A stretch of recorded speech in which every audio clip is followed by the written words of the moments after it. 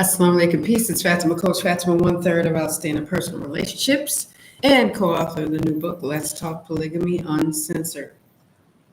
Grab that book, y'all. Wait a minute. Thought I had it. Okay. All right, see, Let's Talk Polygamy Uncensored. New from 3 different perspectives, 3 different coaches. Now, just for clarification and timeline purposes, I am the initial wife to Coach Nazir, and that ain't a flex, that's just so that we have clarity. With this specific live, you guys, I want to discuss something that was brought to my attention yesterday as I was meeting with a friend of mine and spending some time with her, and I was at her house for hours. We had a great time. Let me tell you what happened. She was talking to me about polygyny. Her husband's in polygyny as well. I won't say what her name is so that I can protect her privacy. Now, what she had said to me was that she was like, "Are you familiar with this term called whole wife?"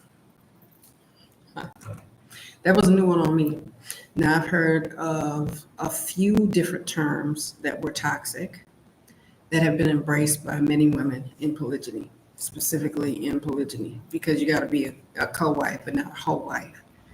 You can be a whole wife, a healed wife, a heroic wife, honorable wife. But I looked at her in shock, and I said, I've never heard that before in my life. Now, we're going to get into it, but I'm forgetting a couple things. If you have questions for me, put a question mark in front of the question so that I can easily identify it. And make sure you comment, like, subscribe, share this video, because sharing is caring indeed. So we want to share the beneficial knowledge. And getting to that part is talking about overcoming toxic terms such as whole wife. It tears me down every time I think of it,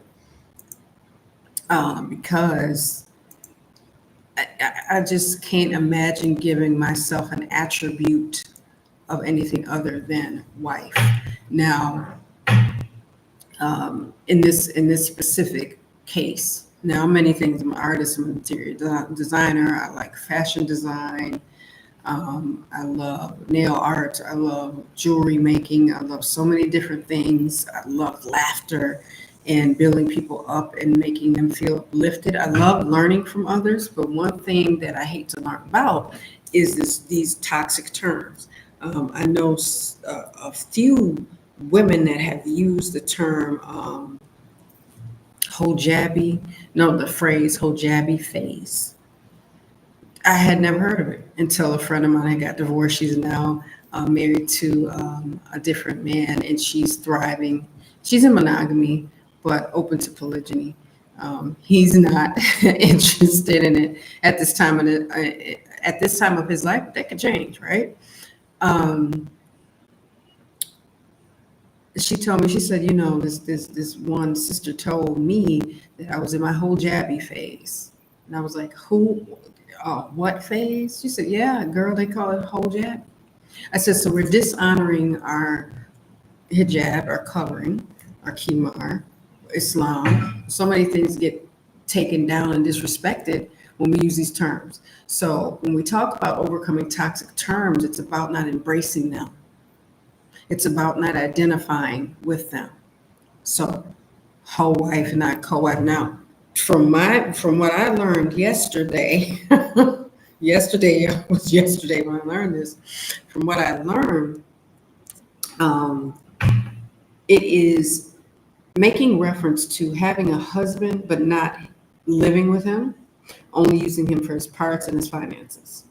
Other than that, you don't want to deal with him. Now, I understand completely if U.S. spouses get on each other's nerves or rattle each other's cages, or you're just not having a good day with one another. I get that. But to say, look, I don't want you for anything other than what you can financially provide me with, gifts you can give me, physical relations that you can give me. Other than that, I don't need you. It's so dismissive and disrespectful and disrespectful to the unity of marriage. Of marriage. And make sure, as I'm talking, make sure you all get in the comments and put where you're from. I want to shout you out in the chat. But what happens when we embrace terms such as hoe wife, then we end up getting mad about it. Because then if our husbands show up as anything other than husband, we become upset. But then we've labeled and embraced ourselves as his hoe. He has not done this. That's the interesting part. The men don't use this term. The husbands don't use the term. But hoe jabby phase and hoe wife and things of that nature, everybody says, look, I don't see what the problem is. Like, it's cute, it's catchy. No, it's not cute and catchy. The terms are toxic. And you will disable the rights that you have as a wife in your marriage immediately when you use these terms and think they're cute. Because there's a culture now that says, look, I just want a man for his parts and his money. That's all he's good for anyway. You see how they do that? So you think, I'm gonna tell you, let's talk about some of the music idols and the idol worship that's going on with the music industry. So use Beyonce, for example. I can't stand her. I just don't like her. I don't like what she stands for and a bunch of other reasons, but I won't take up time talking about that right now. But one thing that she does is she says, I'm a diva, I'm in charge, all y'all get information, all the women line up, and then she married and has children. But she's telling you, only way you can really thrive is be a boss bitch. And we'll catch up to being wife maybe. But she's a whole wife and married for I don't know how many years now, but it's been some time. Vivica Fox, same thing. She sold her oats in her youth. These are her words, not mine. She sold her oats in her youth. She felt empowered. She felt successful. And now she damn near begging for a husband. She can't have children. That time has passed. More than a few of us. But now she's abandoned the mentality that she had before, because she's found later on in life that it didn't serve her. And now she's alone. You can be a successful woman and you can be successfully by yourself if you sit up and say, listen, this is all I want you for. This is all you're good for. Bring me your parts. Shut up. Bring me your money. These are the gifts I demand. This is the treatment I want to receive. And forget anything else you got to bring to the table. Because I don't need it. I don't need you like that. I'm just going to be your whole wife. And you just come in and out of here. Don't live with me at all. I don't want to build a home with you. I don't want a family with you. But it's all about what you can give me, what you can supply me with.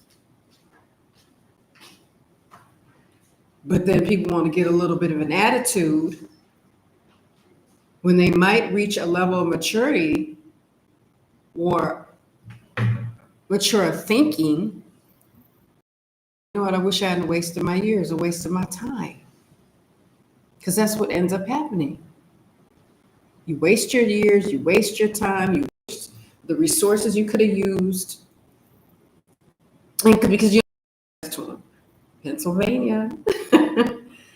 Okay. What is it? Wilkes Barre, Pennsylvania? That's a new one on me. I haven't heard that one before. Assalamu alaikum. Nice to see you. Juma Mubarak. Welcome. Again, I'm Coach Fatimah, 1/3 of Outstanding Personal Relationships. I just want to say that for clarification.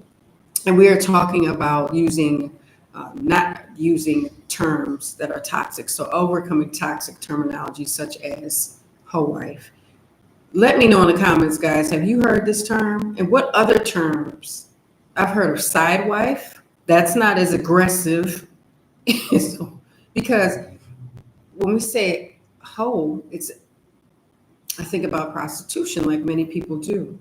Now, there's transaction, there's lack of commitment, there's nothing to do with building a family, hit it and quit it, pop and drop. I mean, you could just keep going on and on and on. So what part about that is appealing? Why are women using these terms? Now, I understand that many women have have trauma and they've been traumatized. I get it. The interesting thing is that you create your own chaos and you're nourishing your own trauma by embracing these terms. And you're not going to feel good about it at the end of the day. You might look strong and empowered in front of people,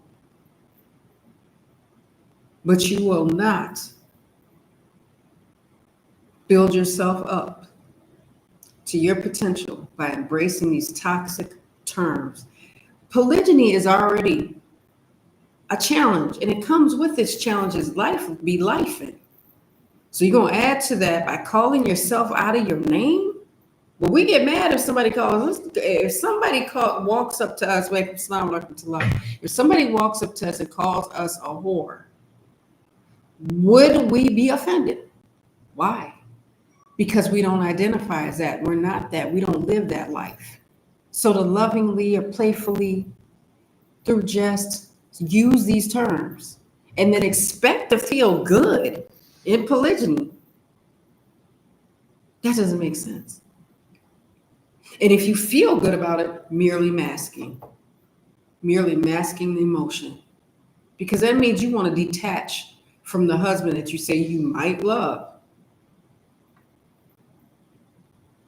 Love is easy to do. Staying there is another story. It's a whole nother story. Let's see. I'm going to look at the comments real quick, guys. I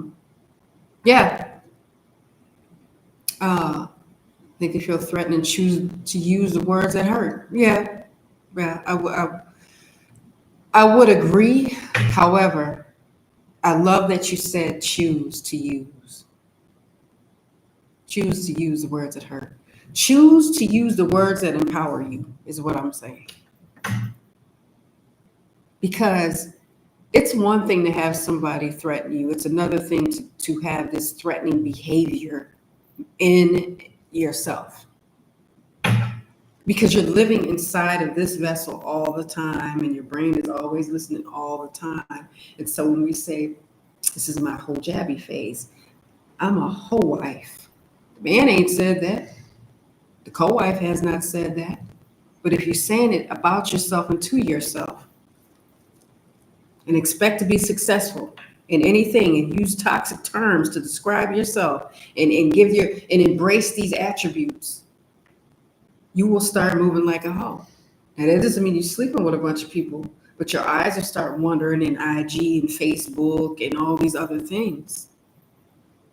Because people inherently look at what's good. That's why as Muslims, we're told to lower our gaze, because we want to look at what looks good to us. We'll look, don't look long.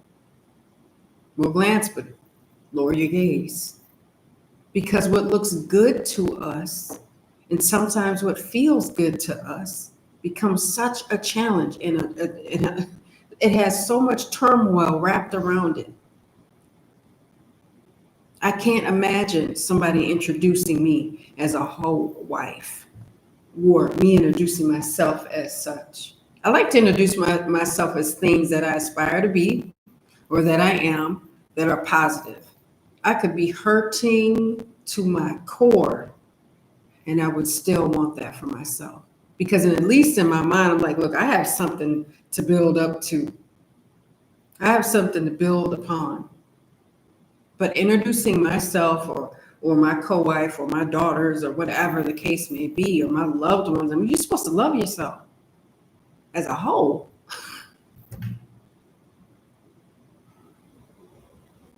is incredible. It's incredible to me. And yes, we tend to want to lean into the pain sometime because we want somebody to see, look, can you relate to the fact that I'm hurting right now? You see, a lot of the wounds that we have, because if we could, what would we do if we could see the wounds that we have? We'd be all cut up. Our husbands too, would be all cut up. It would be disturbing. But when wounds are self-inflicted,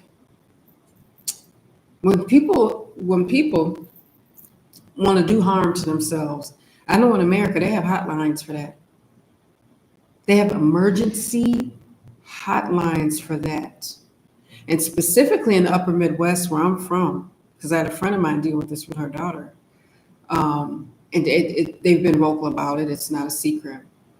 And her daughter stated specifically what she was going to use. And the next thing I know, my friend knew, because she told me about it in the coffee house. She was like, girl, the next thing I know, the cops are showing up. I was like, oh my God. I said, well, how did that happen? She said she called the hotline and said what she was going to use for the self-harm. And they said, see, we operate one way when it's just a theory and you kind of feel bad and you're having a rough day. It was like, we get it. Some girls will call in and say they're mad at their parents and they'll just do stuff to get a rile. She said, but then there's a flip side where if you specifically describe what you're going to use, they're going to show up and they're going to take you somewhere so you can get them out. But when we inflict these emotional wounds on ourselves by calling ourselves out of our name, and sometimes women will do that before somebody else does it, like side wife, and saying, oh, I'm in my whole phase because now my whole jabby phase because now I'm divorced, so I can kind of, page through the men and decide who I want. There's a way of doing things. There's a way of figuring out who wants to marry you and, who you want to marry without having the mentality that I'm going to collect all these pictures of all these men and I'm just going to gawk and I'm just going to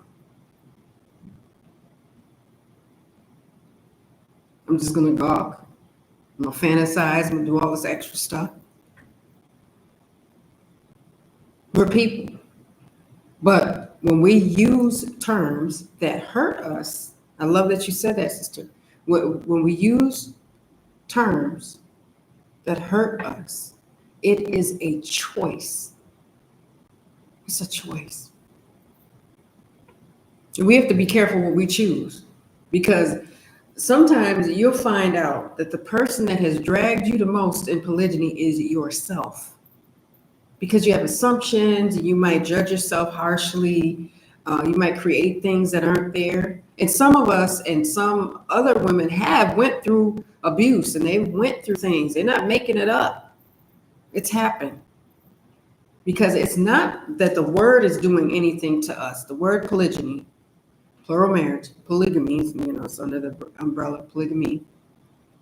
It's not that those words have power. It's that we have a certain mentality when we move within it. The men do, the women do. It's all about choices. And I choose not to love my husband to the point of insanity, to the point where I'm using words against myself to hurt me.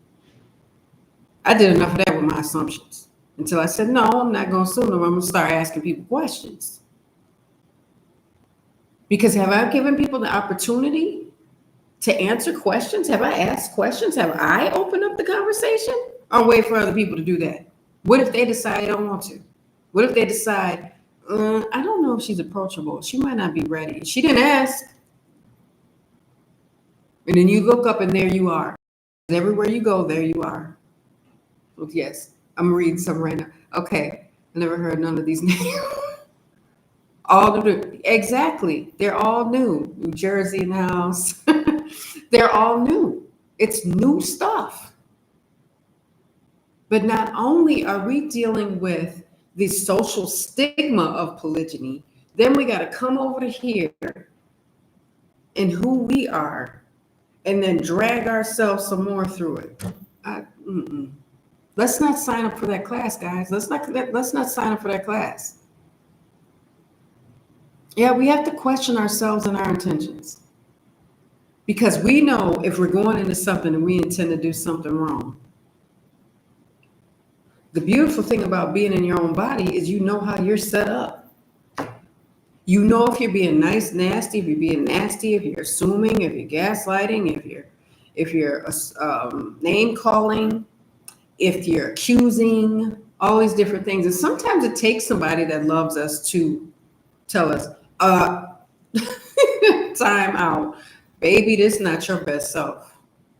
And they're allowed to step away from that toxicity themselves because we've not gotten good, not even good. I ain't talking about great, because we want to be outstanding, but we haven't gotten good at saying, I need to lay down. I'm not my best self today. I don't know what's going on. I need clarity. Can I ask you some questions? Because I don't know. I don't know the rules. Like with polygyny, what's the schedule going to be? These are valid questions to ask our husbands. But in addition to that, there's a flip side. Be willing to hear, I don't know yet. This is new to me too, but I'm going to find out. Or, I don't know if you can give me some input on that. Those things. Because as much as we want to be told things or given information, are we creating an environment in order for them to do that? I was waiting for my husband to say it. I was like, he'll let me know, and didn't. I'll never agree with it, but I'm healed from it. But that's the beauty of learning these lessons, because I was so proud of him. And it wasn't about me being proud, but I was really proud of him when he was like, don't do what I did, please. You can as a Muslim man, but don't do it. Because then you got to reverse engineer. You have to, there brings up trust issues. Like he went down the list. His list actually was better than mine. When he got done rattling that thing off and what he had to deal with, and it was all of his own doing, I was like, whoa, I didn't even think of that. Because sometimes in polygyny, we're just thinking about, good morning, we're just thinking about how we're in it and how we feel in it and how it makes us feel. Not that it's happening to anybody else. Because remember, sometimes when we're hurting, we don't think about other people. We're like, I'm hurting and this is what's happening to me. And I don't have the answers and X, Y, and Z. I don't know what's going on. But like for me, for example, instead of me saying, I don't know what's going on, I assumed it. I'm like, well, he's over here. Well, then that must mean, and then carried it too. Wrong. And then I said, why am I doing this? So I had a conversation at 10 with him. And then I had a really awesome conversation with my co-wife. I did. I was like, talk to me about this. How has this been for you? Why did you want to do this? What led you to believe X, Y, and Z? She gave me an awesome attribute. She said, well, you were really nice. I said, I was nice. I'm nice to the people I like. I don't deal with the people I don't like. I don't have time because I'm lending my time to the people I like and love. But honey, if I don't like you, it's like you were never born, because I can't deal with the drama. Because I'm not going to bring that. I want to bring laughs, jokes, good times, positivity. I do not want to bring drama. And if you look like you're going to bring drama, baby, the way I would erase you from my thoughts, I'll become masterful at that. Because I want to spend time with people that want to spend time with me.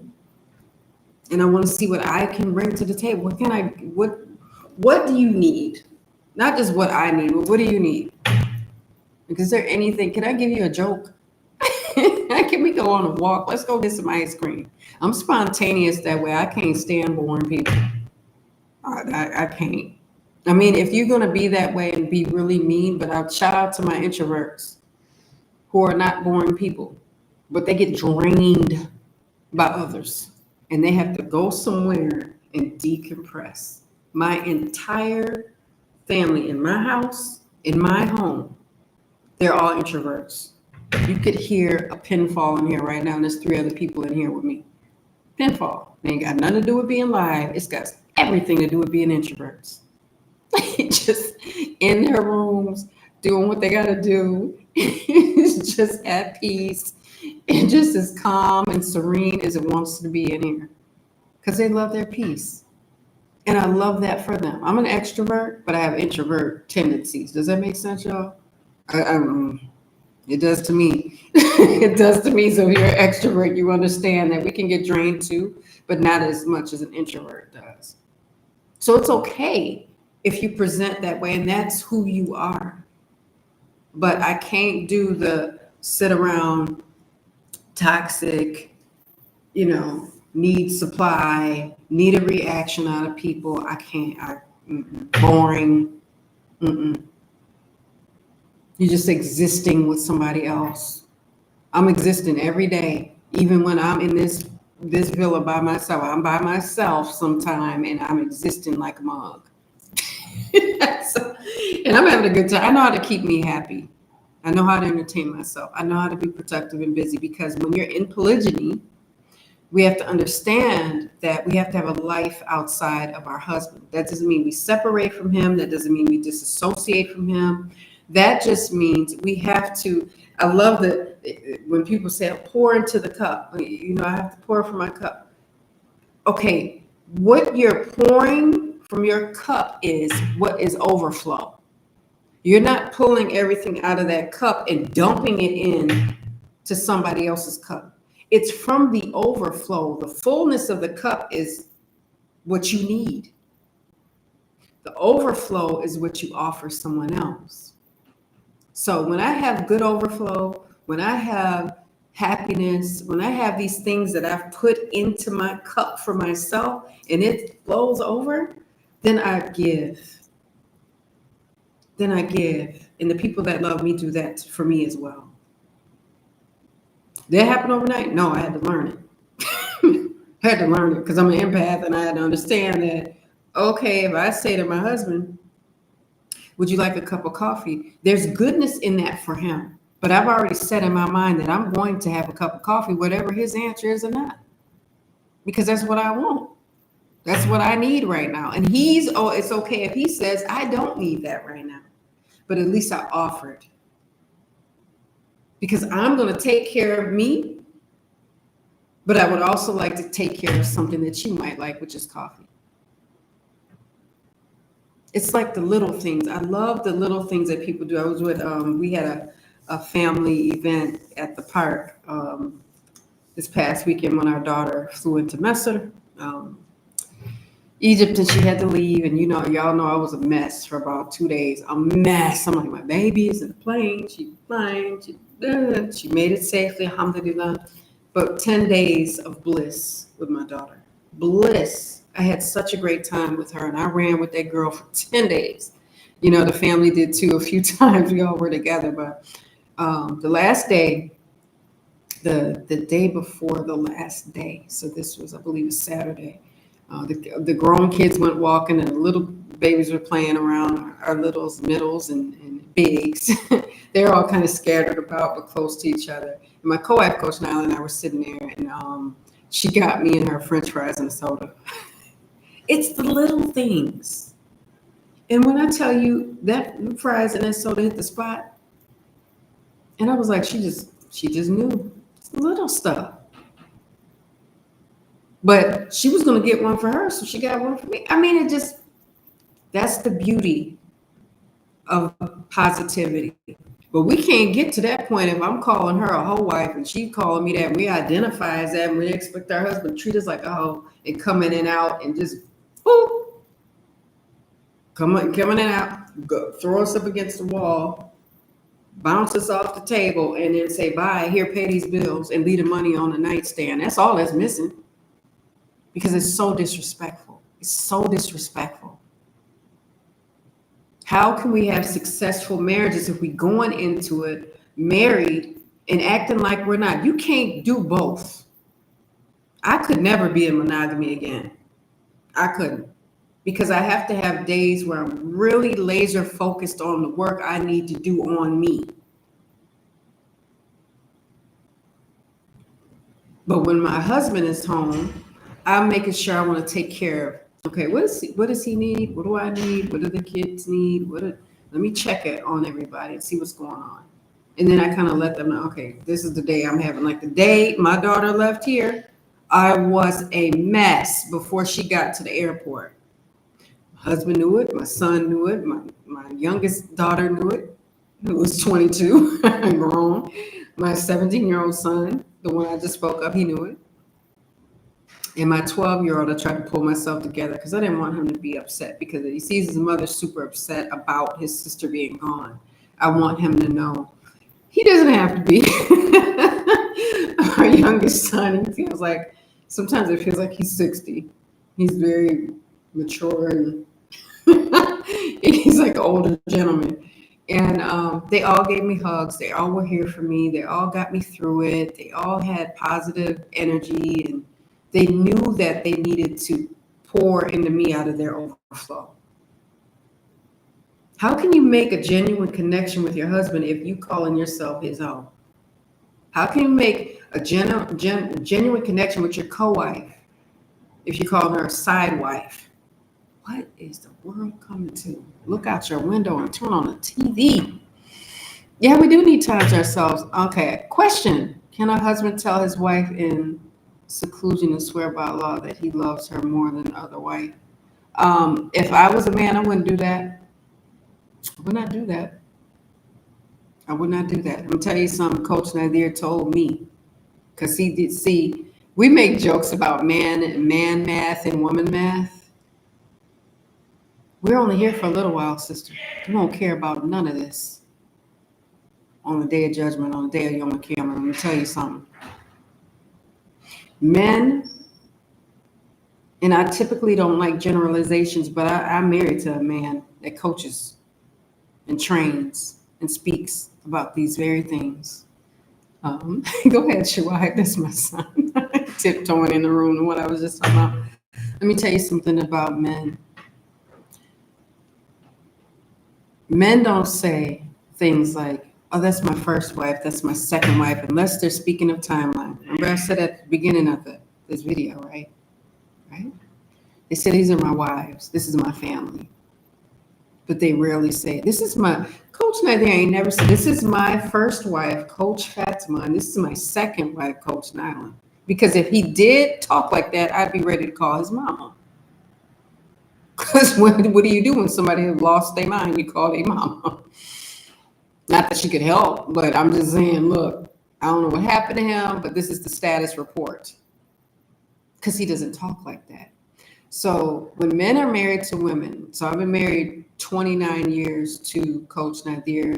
Next year, inshallah, in the spring, we will make 30, inshallah. He's been in polygyny for 14 years. He doesn't say, well, I love Coach Fatimah more than I love Coach Nyla. You just love differently. It's just different. It doesn't diminish the love. And he shouldn't say that he loves this one more. Because then when he acts loving with the other one, that could make you upset. Possibly. You don't have to be, but potentially. I've seen it. I've seen sisters get ready to swing on each other for less than that. Coach Nazir has never said, well, you know, I love you more. Don't tell her though. No, I don't think that's a good idea. I don't think men need to come to their either wife and share those type of thoughts with them. It's like saying, you know, you're better in bed than she is. Don't tell her I said it though. How inappropriate. How inappropriate. It's not your business. Again, don't sign up for that class.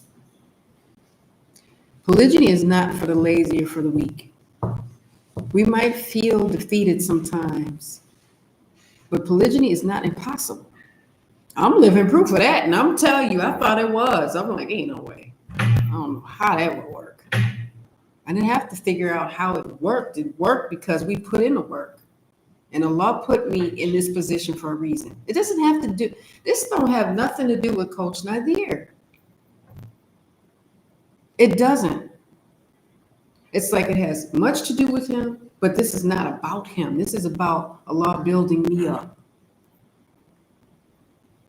Maybe Coach Nyla is a vehicle, or he's a reminder, the buffer, the person of interest, but never the monkey in the middle. Never the monkey in the middle. The leadership, the babe, the imam, he's those things. But to sit here and work on me and fix me and try to make me a good wife and just micromanage and helicopter husband me and all that, no. I got to work on my happiness. My happiness is absolutely my responsibility, and so is yours. It's yours too. You don't love people the same. I don't love you. Don't. So if you have, like, I have 7 kids. My oldest daughter is in her late 20s. She is a mother. I am a grandmother. Okay? Glam mother. Anywho, when I had my second daughter, I didn't love my first daughter any less. When I had my third daughter, I didn't love her any less. When I had my fourth daughter, I didn't love the 3 any less. When I had my son, I didn't love my 4 daughters any less. When I had my sixth child, I didn't love the 5 before him any less. And when I have my 7th son, the seal of my children, I didn't love the 6 any less. Differently. Conversations are different. So I don't talk to my 2 oldest daughters the same. They know I'm their mother. And I always tease them. I'm like, y'all did y'all best to raise me. And they don't do nothing but laugh. But the conversation that I have with my oldest daughter is different than the one I have with my second daughter, because they're in different stages of their life. For example, Coach Nazir's youngest child is 6. His oldest is late 20s. Okay?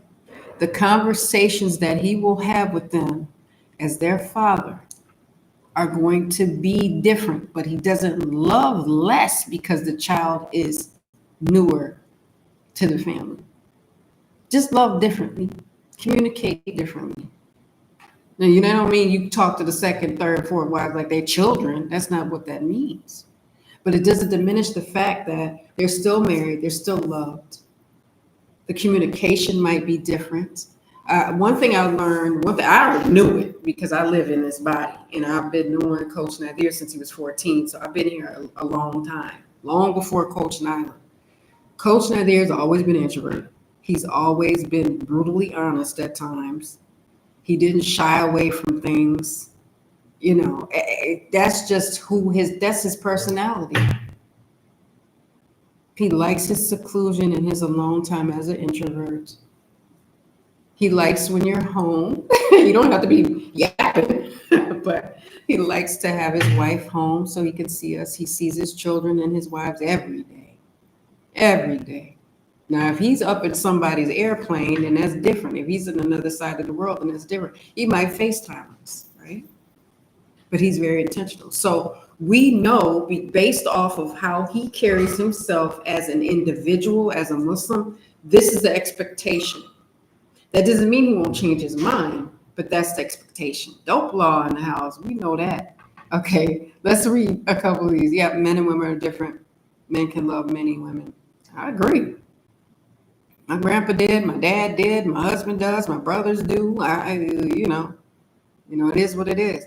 Polygyny or any relationship can work as long as you have the honesty, open-mindedness, the willingness, and the devotionalness, historic and best practices or best results. Men and women must have this. You see, that's just it. You don't have to do anything. So when people say you dope law, that's a great point. You saying you must have these things in place if you want to be successful. Some people don't want to be. And then they wonder why they're not. Because if you're doing everything toxic to create this chaos and turmoil in your relationship, that is what you will have. I promise you. But if you genuinely want to invest in your marriage and other people and all this stuff and be married and be healthy in it, you'll do everything to support that too. Now, some women do lose respect for their husband because they are showing up as people that they said they weren't. Or they're not paying bills, or they're not spending time with the children, or some women don't know where their husbands are. I had a sister call me, "Did you see my husband at the masjid?" I said, have I seen your husband at the masjid? No, sweetie, because I wasn't looking for him. He could have very well been there, but well, you don't know where he at. I don't know. I haven't seen him. They ultimately had to get divorced because she got tired of looking. Because here's the thing. Wanting more than one wife is great. There's many men that say, yes, yes, sign me up. But let me tell you, having more than one wife takes work. Takes work. This is not decorative. Coach Nyla and I are not here for aesthetics. So we just make Coach Nazir look good on a YouTube thumbnail or in a video or in a live event or in a training. We do this for real every day. And it wasn't easy. I don't want to just speak from the perspective I'm at right now. No, I mean, it was not easy. I told y'all I lost my father 3 years in. He died, fell of a heart attack. He was very sick for a long time. People say, oh, it was so sudden. No, it wasn't. That man drank for 40 years. Are y'all crazy? See, it's the perspective. I said, this can't get much worse. Oh, it can't. Bam, dead daddy. And I had to go over there. I had to see his body in the floor and the tubes sticking out. Trigger warning. Let's keep it a buck. This is not the hardest thing I've ever done in my life. Because I've put people in the ground and buried loved ones. That was difficult because that's forever. Maybe one day I'll be reunited with my father-in-law, my brother-in-law, my young sister that I lost since she was 13. Childhood cancer in 2001. May Allah reunite us all in Jannah. I mean, and Coach Nazir as well, our whole family. But I'm like, I got to work harder at that. Now I got to work at trying to figure out where Coach Nazir is. He's grown. He either between this house or his other home, or he's doing his business. But it's not my job to micromanage that grown man. See, sometimes we want to mother our husbands. Want to mother them. They've been raised. I don't care if they was raised the best. I don't care if they was raised the worst, feral, whatever the case. I don't care if they knocked over trash cans as a youth. I don't care what it was. Their parents had the chance to raise them. They did that. And if they weren't there, they did that too. But these are grown men. And mother them, you cannot. And try to own them ain't gonna work. Trying ain't gonna serve you. Y'all don't get me started. Get me started up in here because a lot of women want that. You're not gonna have perfection. They're people. That's one thing I learned about my husband. He's a man among other men. He wasn't perfect when I met him. I wasn't perfect. He's learning. He's a fast learner. If he knows he made a mistake, he'll try to correct it right on the spot. Right on the spot. And alhamdulillah, he's taught me, so teach me stuff all the time. Half the time I can barely keep up. I'm like, huh? He was like, no, I had to listen to it more than once too. I'm like, oh, because I ain't got the super brain of the family. Nobody will ever put that on me. That'll never be on my jacket. Super brain. No. I'm not. I'm a really gifted artist. That's my gift. And then when I look at Coach Nazir, I'm like that he's so resourceful with information and well read. He's gifted in my mind. This is my mind, right? He's gifted in that realm. Math. Whoo. Before I go, he didn't did the math. You're like, this going, and then that'll be such point percentage. I'm like,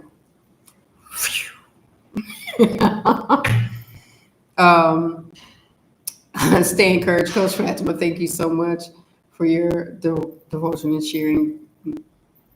Intelligent people understand. Hey, I'm glad you said that because I appreciate you all as well, and all the du'as and the kind words and the support. Dope Law has been here for a long time, and he's gathered a few people in comments. So it's like a few times we were live years ago, not years and years ago, but he got somebody gathered. I'll never forget it in them comments, and we ain't seen them no more. So that is so awesome for those of you that are even new and you have inspired us, as well. So it's really great that you all get in the comments and you're engaging, and I really really love it. And if you would like to book a call, in the comments put CFNF for me, Coach Fatimah. And for those of you men that are also here, if you're a man, Coach Nazir also has an incredible coaching program. His shift coaching program is incredible. I have watched him train, and I'm not in on his, I'm not there present when he does his personal client calls because those are private. However, he's been one of my mentors for a very long time. I mean, decades, not a bunch of decades, a couple decades as well. And he's taught me so much about men and polygyny and marriage specifically, because there's so much we don't realize as wives. And I just really love his approach to things. I don't say that to impress you, but impress upon you that through consistency how a man is going to operate. And if he doesn't know something, it's okay if he says, I don't know, but I'm willing to learn. So you all are so very welcome. For Coach Nazir, it is CN25. You can put that in the comments as well. And this is specifically, like, he has a limited calendar. I do too. But that is to really get in there and find much benefit in our coaching programs. So if you all have any questions, put them down in the comments. Put a question before your question so I can readily and easily identify it. But you all came with some great points. I really love how you've shown up to our lives in IG, Facebook. It doesn't matter, here on YouTube as well. You all have shown up and showed so much support to us. And it really feels great, because I didn't think I would be doing this business because I was like, I ain't trying to share my husband. I know he can do it, but I ain't trying to share my husband. You crazy. But you don't know what Allah has planned for you. For those of you that are, we don't know. It is interesting how he stretches us into what we need to become. I love to say it, and I always mean it: slip into something uncomfortable, because nothing grows in your comfort zone. Nothing. I've never experienced growth inside my comfort zone ever. I don't care if it was catching a fish. I don't care if it was something very small or something as challenging as polygyny can be. Marriage can be challenging anyway. I mean, even in monogamy, but it's all how you look at it, what you put into it, what you invest. I've had to be corrected a few times on how I receive information, or how I hear it, how I communicate it. And I was like, oh, I say, look, I grew up with my grandparents gaslighting each other for 32 years. So it's just like, they were probably the worst example of how to make a marriage work. They were a great example on how to make it not work. Awesome. Those two together, fire and fire. Terrible or horrible, because they were both, and they admitted that. And by the end of it, yeah, tutorial. I'm reading comments on Facebook and YouTube. I'll get over that in a second, sis. I won't be doing those anytime soon. I'm focusing on getting this message of positivity in polygyny, but I didn't think I'd be doing this work. But I had to go through much and study hard and pray a lot, and not just make dua or pray for my husband and my family, but pray for myself too, for understanding. I had to understand. I had to see polygyny from his perspective as well, not just my own, because I was like so stuck in my own crap and my own head and my own feelings, and I was like, what's going on? And it was really about how it was presented to me in an after I learned about it after, and we made no secret about that. And I mean, you can't go back and do something different. You might have every desire, but we all don't possess time, and we can't go back and reinvent the wheel, because that's not the only thing I would change. I would change the fact that I needed to bring that up, not drop hints. Men, don't drop hints. Don't make jokes. Don't set books on tables and set breadcrumbs and see if your wife gonna catch it. No, had a conversation, and no, you might receive some blowback and some emotions and some negative. You might. It's happened. However, I love when men position themselves to be able to say, listen, I let you know. Because even in your private moment, you can't do nothing but respect the man for standing on that business. Because I had to think of it. Thinking of polygyny from your husband's perspective looks like this. Really quickly, guys. It looks like this. Alhamdulillah. Thank you so much, sister. Look, I'm looking at your head wrap too. She's talking about my hijab. Sorry, guys. But thank you so much for the compliment. I really appreciate it so much. I'm obnoxious. Color make me happy. Clothes make me happy. So I have to have difficulty dressing down. I don't know how to do that yet. But you can pray for me, y'all. But anyway, I had to see polygyny from my husband's perspective, in that I said, okay, if I was a Muslim man and I was able to practice polygyny, would I want to do that at a certain point in time for myself? And it was okay. And I had to understand that it's okay if my husband is thinking, that's what I want for me before I die, before I get old. We older now, but we're not elderly. Okay. So I had to think about his life and his journey through Islam, and what would that look like for him, and what has he been able to do? He's been able to do everything within it, but this, because I might be mad, or because he might not know how to kind of do it yet, although he wants to. He wasn't looking, like he said. I believe him, because if he was looking, he would have said he was looking. He grown. He too old to lie. So, and that's not his attribute, but you guys get what I'm saying. I had to look at it from his perspective and not just my own, because looking at it from my viewpoint was limiting me. It was limiting me. And it was standing in the way of the happiness that I could really continue to have in my marriage. Because I love something he said in one of his videos. He said he was a happily married man for 15 years, and he decided to practice polygyny.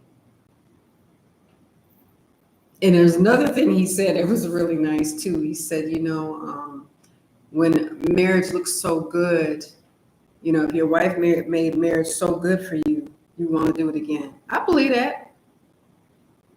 I believe that. Let me hit this button, y'all. Wait a minute. Hold up. Hold on. There we go. I believe that.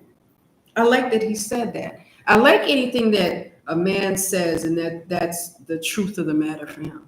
Because I think we can learn from the truth of the matter that men share with us. We just want to see stuff our way sometimes. Not all of us, but, women have said, look, this is what I'm going through. This is how I feel.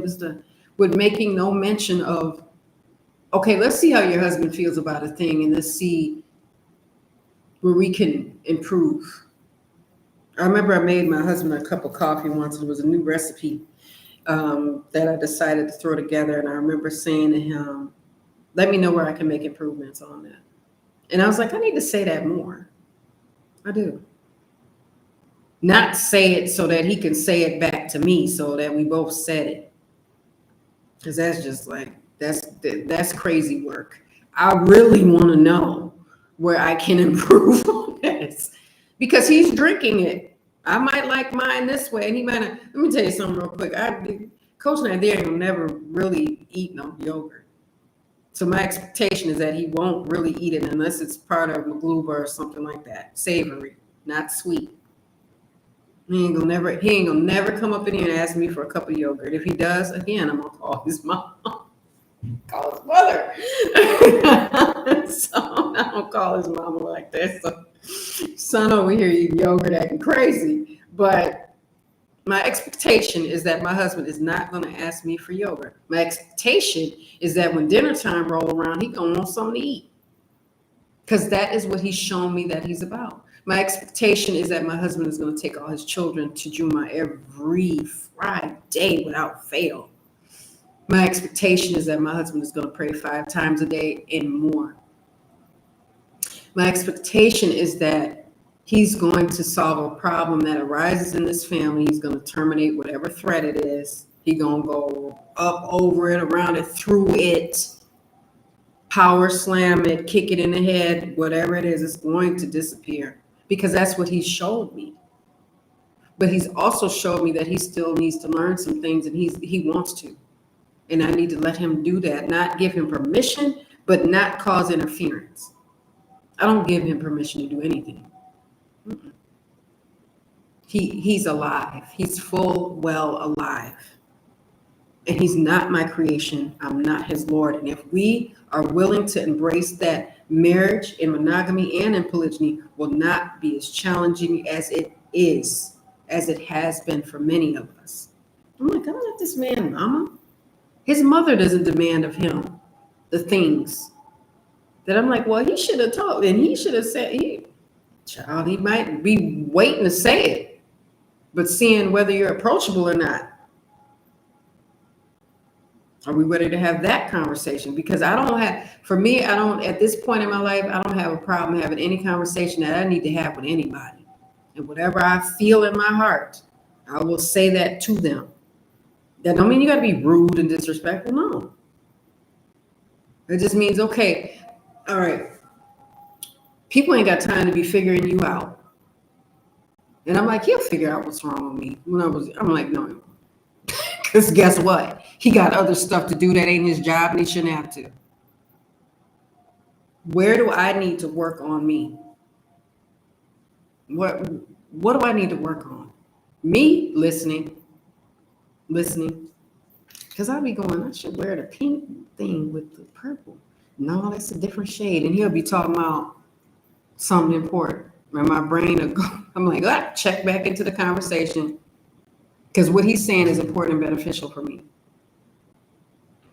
I'll tell you my stuff like I tell you anything else. Those are things that I've had to work on. Those are things that I have to continuously work on, is making sure I stay focused in the conversation.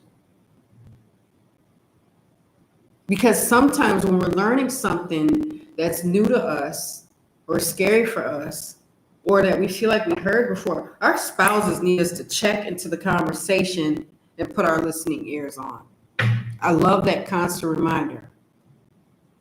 And they need to listen to us too.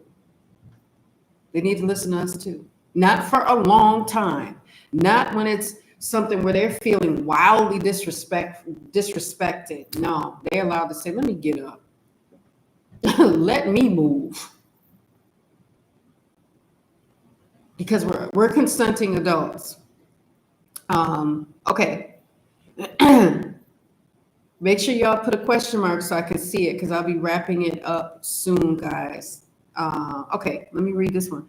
How should a man go about it if he is having those conversations, but the wife is still not wanting it? This is the thing.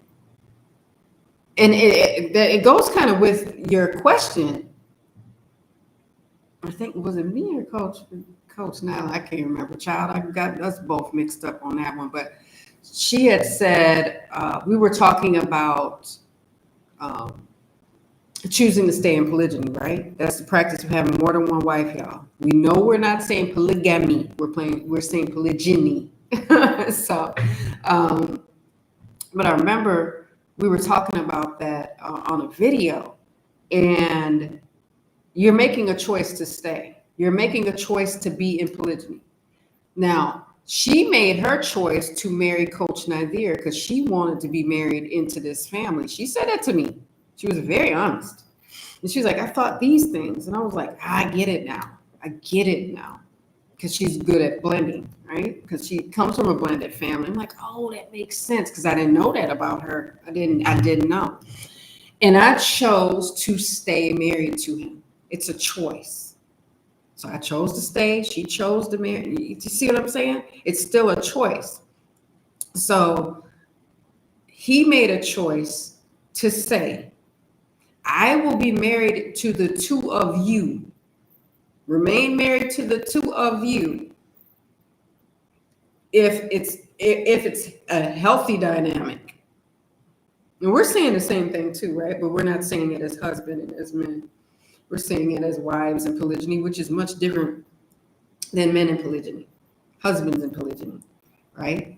So there's an expectation that if we all decided that we're going to stay in this family, then this is my expectation of how we're going to move. So he's not going to have the wives calling each other all hours. One woman told me it was one of the live events we did here on YouTube. She said his other wife told me to let me get it together, y'all. His other wife told him to make sure I take my birth control. I was like, whoo, couldn't be me.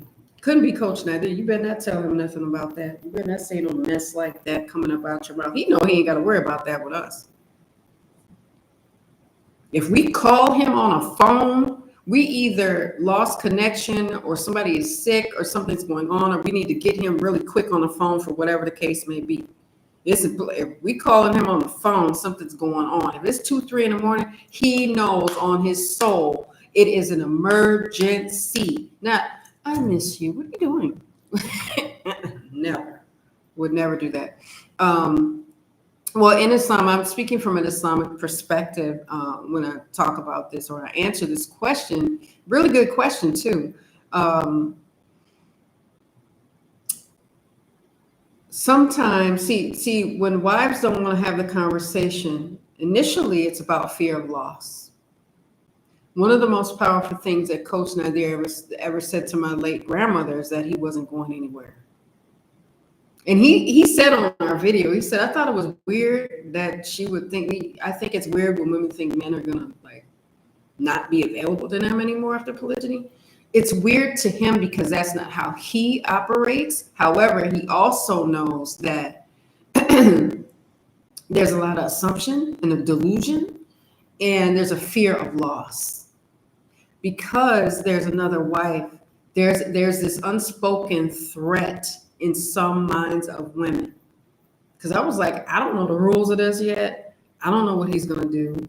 I don't know. And it wasn't like, oh, he's leaving his kids. I didn't think that ever. Never. Because he's never given me a reason to think that. But I also was a wife. I wasn't his child. I'm still not his child.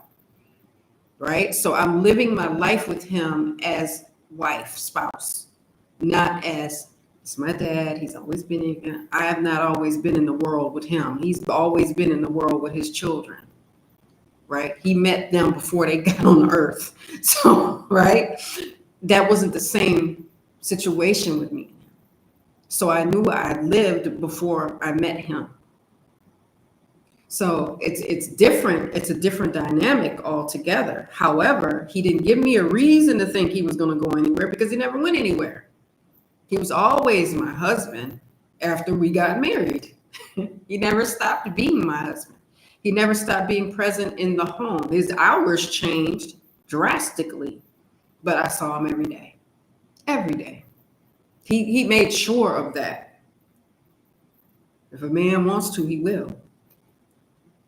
But to take it off the table for him,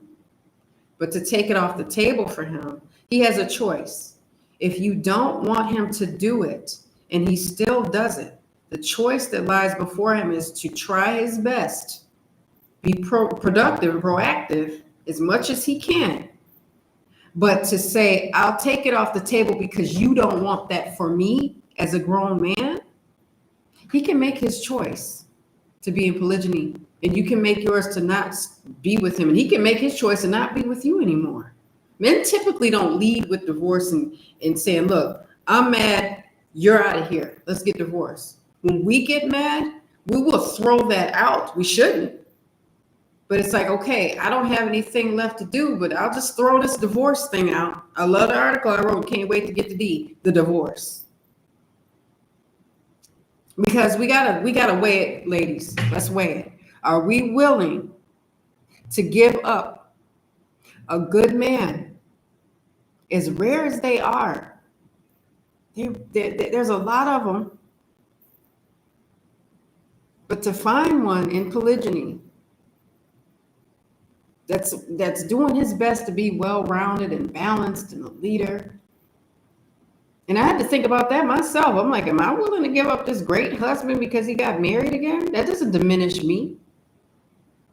That's impossible. I had to realize that, y'all. I had to understand that. It doesn't diminish my marriage. It doesn't erase my marriage. It doesn't take away from him being my mentor, the leader that I've had. I ain't talking about co-leader because somebody weak said that too. There ain't no co over here. We Muslim. Ain't no co. But being my mentor all these years in the leadership and a friend of mine and the father of my children, I can't see another marriage having the power to erase that. And it didn't. And it never wanted to. It didn't. Because I said if something was done wrong that shouldn't have been done, or haram that shouldn't have been done, Allah will deal with it anyway. He's going to deal with all of us. So if you don't want it, he has every right to say, listen, this is something I want. I'm not going anywhere. I'm still going to be here. I'm still your husband, but this is something that I want to do. Let's just be women enough to sit down with our spouses, with our husband, and say, listen, these are the reasons why I don't see myself doing this long term, so that they ain't got to figure that out. And then you might have to make the ultimate decision. But another ultimate decision is looking at a good man. We think my grandmother was a divorced woman. I have very dear friends, closer to me than my sisters, my biological sisters, that have been divorced, that said, look, I don't care if he's a good man. I don't care if he's a bad man. Divorce ain't easy. It's not. So if you're ready, I'm telling you a piece of advice my grandmother gave me. She was not Muslim, but she was a wise woman. She said, let me tell you something. If you don't care if he live or die when he go out that door, you ready for a divorce. I was like, dang.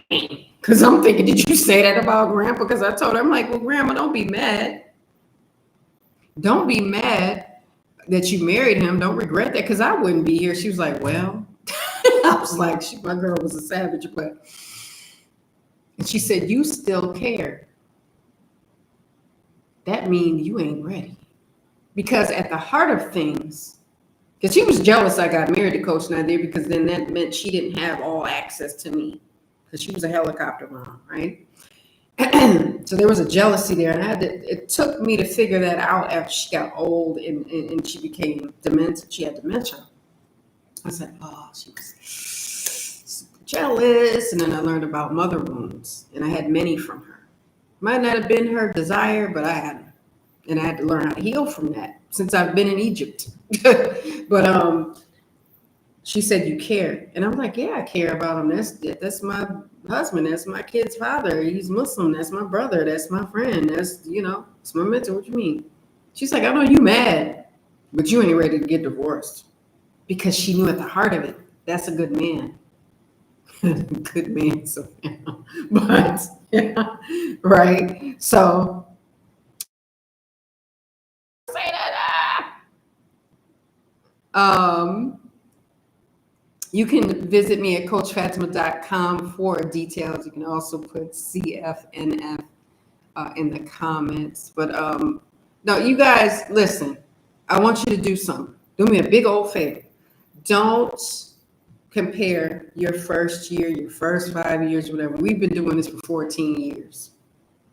Was it pulled up and put together like now? No, because I had to learn who my co-wife was outside of being another wife, an additional wife, a subsequent wife, a second wife, in polygyny, not diminished, not erased.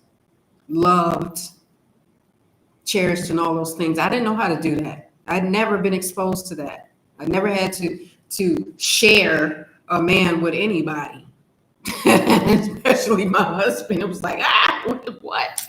But it's all how you look at it in the perspective. So we use the word share and not hoe wife. Oh my God, I can't even believe it's out my mouth, but there it is. I didn't make it up. But when we have the proper perspective, we understand more. When we're willing to embrace a different perspective other than our own. So I had to learn that men have big hearts and they have the capacity. We don't want to sit up and tell them that they don't have it. No, you don't. You can't love anybody more than you. You can't. Who told you that? They didn't tell you that. That's stuff women make up. Men don't make that stuff up. Men don't say that stuff about themselves. They don't say, "Oh, you know what, brother, my heart is not big enough to love." Listen to any song or replay a song if you don't listen to music from the 80s or the 90s where men talk about multiple women, where men have talked about marrying multiple women in songs. They are telling us, this is what I want. Not all of them, no, because all of them ain't straight. All of them ain't free. Some of them jumping in dresses. We know what it is. Just like the women jumping over there in their clothes, but they're not men. But they have much bigger hearts than we could ever imagine. So when we limit them, we are hurting ourselves. Oh, he can't do that. He wouldn't want to do that. Not my man. When we're sharing our husbands with the world. We're sharing them with business associates, their partners, their business associate, their business partners, their co-workers, their parents, their siblings, their children, their grandchildren, if any, nieces and nephews and brothers in their culture or religion, the big homies on the block. That you're sharing your husband already, but because it's under or coming from the umbrella or the lifestyle of polygyny, it's problematic. No. That ain't true. The men are not saying, and the men are also not saying, oh, I'm going to leave you once I get this other wife. You just chill right there and I'm going to abandon you in about, I don't know, about a month. I'm out. Because why would they want polygyny if they're going to end up in monogamy anyway? Just stay there. So they don't get married to get divorced. How many successful couples and men and women say, I'm going to marry this person so that we can ultimately get divorced? The men are not marrying us saying that. Coach Nazir, now I'd call him in here. It can get real clear up in here. I'd call him in here and ask him live. Did you marry Coach Nyla so that we could get divorced, so that you could have one wife? And then follow up, and then just say that then. No, that's not what happened, because if he does that, guess who won't be in polygyny? Him. And that's what he wanted to do. Don't care what way it came. It was for him to do. That's it. And we want to add so much to it. No, don't add to it. Stop letting it. If her husband is saying, this is what it is for me, and then we follow it. No, it ain't. No, it's not. That ain't how you felt. I don't know how you feel till he tell me, really. So once he told me, then I'm like, oh God. It's just like, yikes. But I can't act like I didn't know. Like I knew. I'm like, if the opportunity, he said that opportunity presents itself. That means if there's a way to do it, if there's a commitment that I can make to it, if I have the resources, if I have it within my power, then I'm okay with doing that and having more than one wife. So we didn't say it, and Coach Nyla said he was married but available. He still is. He's still married but available because he can have up to 4. That's not tea, that's facts. That's just facts. And we can be aggy, we can be upset all we want to be. But that is the fact of the matter. And again, not every man wants it, not every man is qualified to practice polygyny, but I knew my husband was qualified to practice polygyny to a certain degree. I was like, well, he's done all these things consistently. I don't know. And I even had the elders in the community. I had an elder tell me in the community, she's like, yeah, more men should do it. I was like, okay, they should. I'm thinking, now my husband, queen. But then she looked me dead in my face. And this woman had known me since I was in my early 20s. And she said, including Nazir. Just like that. So when this polygyny entered our lives, I talked to her and she said, this life is a testing ground. This is the first thing she said. She didn't say, I told you so. She didn't say, I knew it. None of that. If you don't think you're going to be tested in this life, keep living. Because none of us on this live, none of us are within the reach of my voice, can sit here and say we have not been tested. Oh, yes, we have. So let's just understand and be mindful of that. Alhamdulillah. A lot of brothers, thank you for that, brother. That's honest. You want to practice that. Make dua about it. Make dua about it. No more than 4, brother. In Islam, no more than 4. And Coach Nyla will tell you that's 2. You have to be a man that's willing to. I love that he said become more. That's probably one of the most. When he said he wanted to become more, I said, who am I? Who am I to stand in the way of him stretching or elevating or evolving? I had to get out of my ego with that one. I'm like, doggone. Nope. I don't want to be that wife and I did it, but couldn't elevate you. You are causing distraction and chaos. No. I want him to get as much barakah, as much blessing as he can. And if that means he has to have more than one wife to elevate his station with his Lord prayerfully, then that's what I need to get my behind out of the way, because you can't stop him. And embrace the fact that this is a beautiful thing that's happening in his life. It's a beautiful thing that's happening in his life. Did it start off rocky? Yeah, but I can't live there. I got to go, okay, this is how he has to move to get to whatever place Allah wants him, whatever station Allah wants him in. That's his test.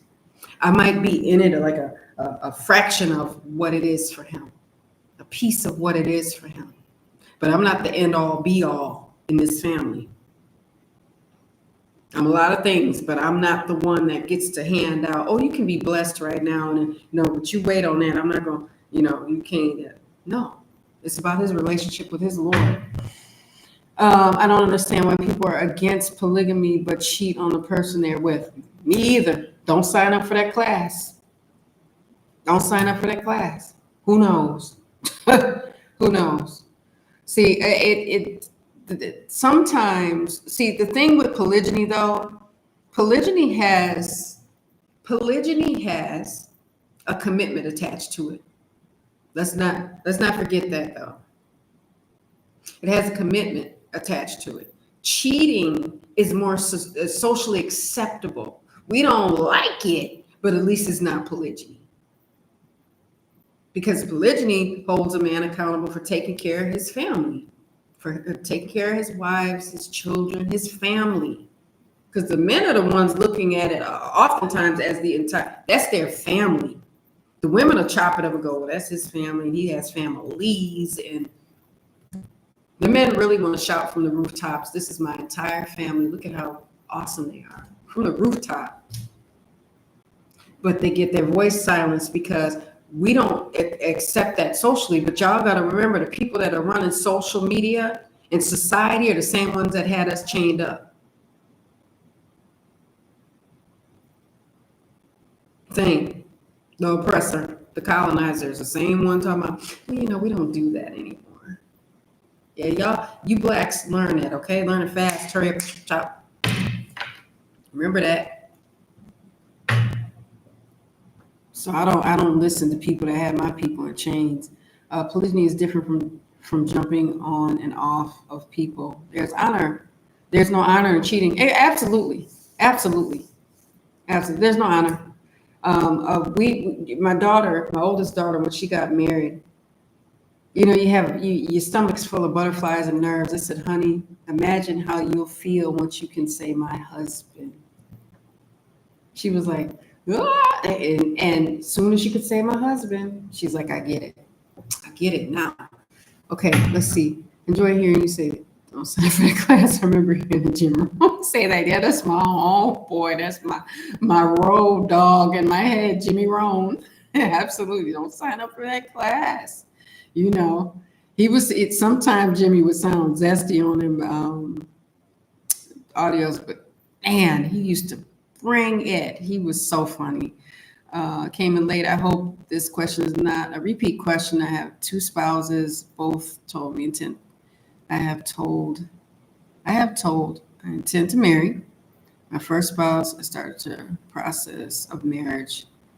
Oh, there's more to that comment, but it's good to have these conversations. That's what I like. You want to have the conversation, so that you can see what page everyone's on.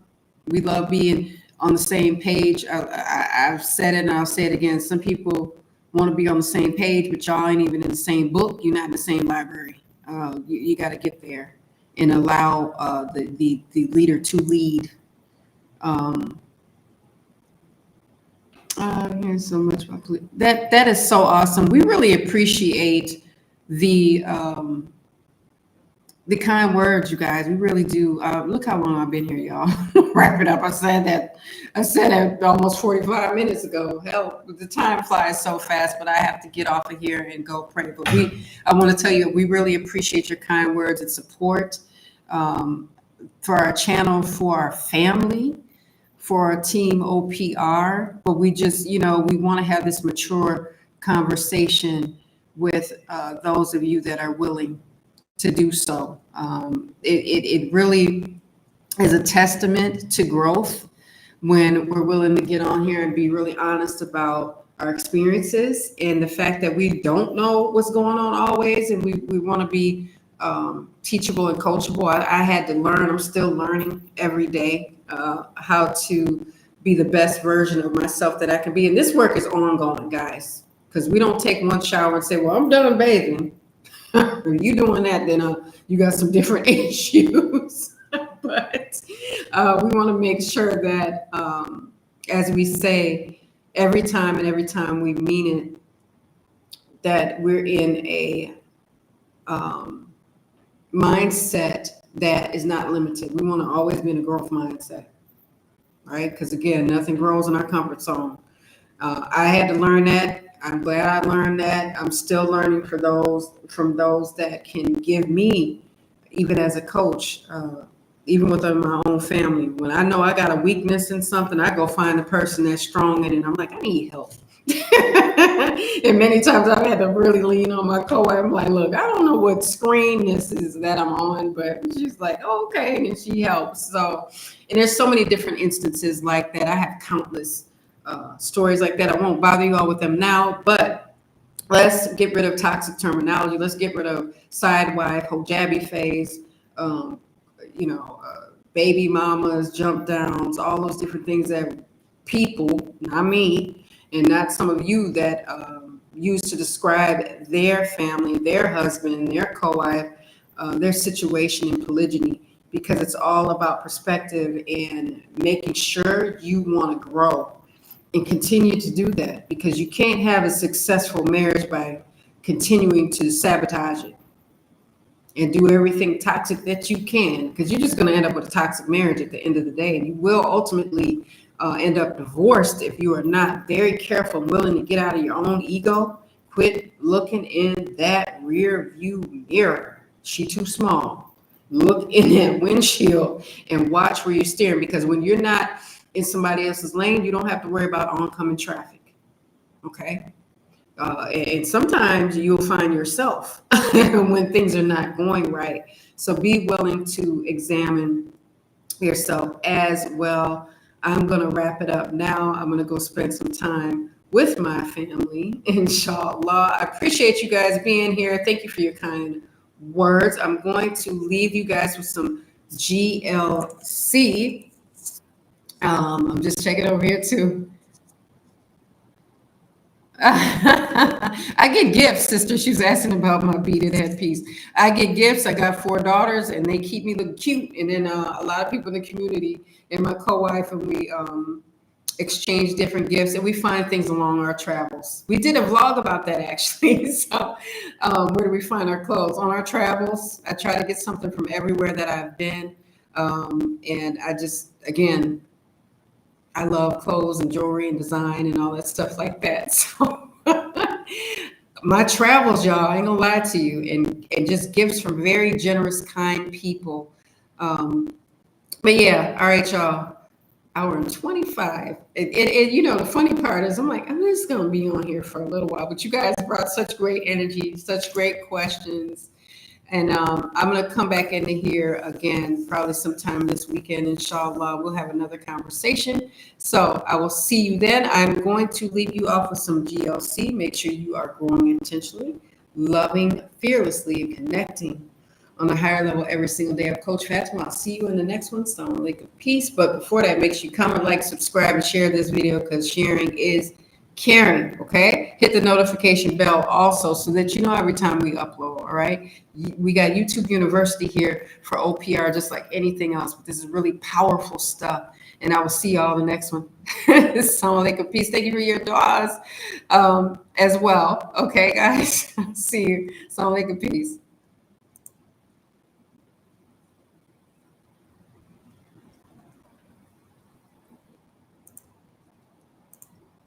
All right.